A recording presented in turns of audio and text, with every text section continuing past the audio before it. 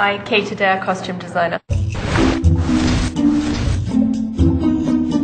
Kate Adair is our costume designer, and she's one of my favorite people associated with the production. The most fabulous Kate Adair. Kate is just the greatest lady. The brilliant Kate Adair. Kate has to serve a lot of masters and has to juggle a lot of things, and she just does a beautiful job. Sister Mary is parked on Wisteria Lane, wearing dark sunglasses with her little veil on. Yeah, no dark shades.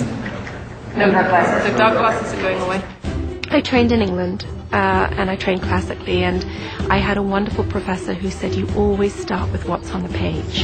And Mark and his writers have a wonderful ability to tell me so much about the characters with what they put on the page. She really helps define these characters every single week. The clothes she puts them in, the look that she's designed for our show, it's a huge part of what America tunes in for.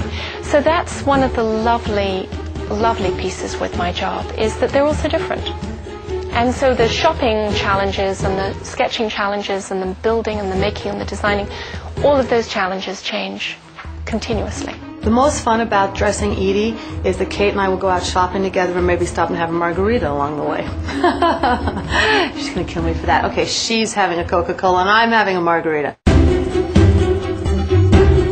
We were in Nicolette's trailer and we were going through all her changes. And then she said, very whimsically, Kate, I'd like a polka dot dress. And the next thing I knew, she had this bolt of fabulous polka dotted fabric in my trailer, and was asking me if I liked it, and I loved it. And I sat down in her trailer with a pencil and did some thumbnail sketches for her. And she whipped together the most fabulous little form-fitting, flirty polka dot number.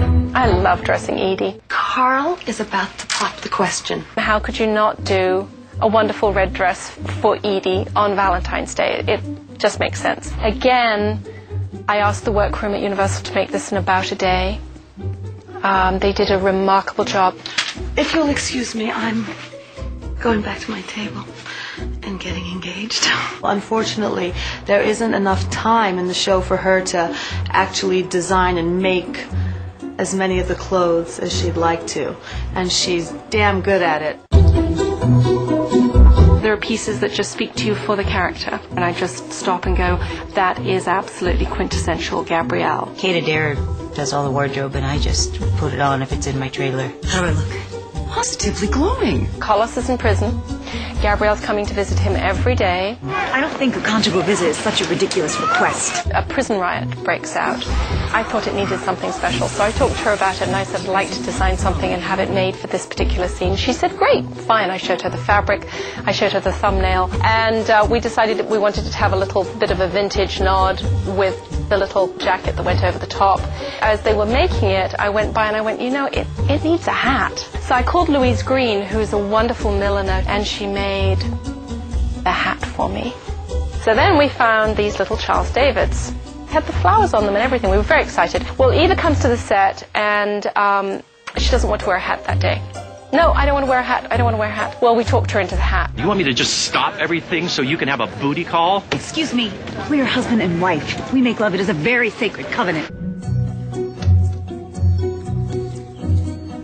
I was really involved in the first season of the dressing of Lynette because, you know, I'm a mom and I knew that, you know, you wear your big pants because you haven't gotten back to your pre-pregnancy weight. And then this year when I went back to work, Kate Adair said, all right, dear, now let's dress you up. I said, okay, Felicity, let's make you glamorous, let's make it strong, let's make it determined, and let's make it beautiful.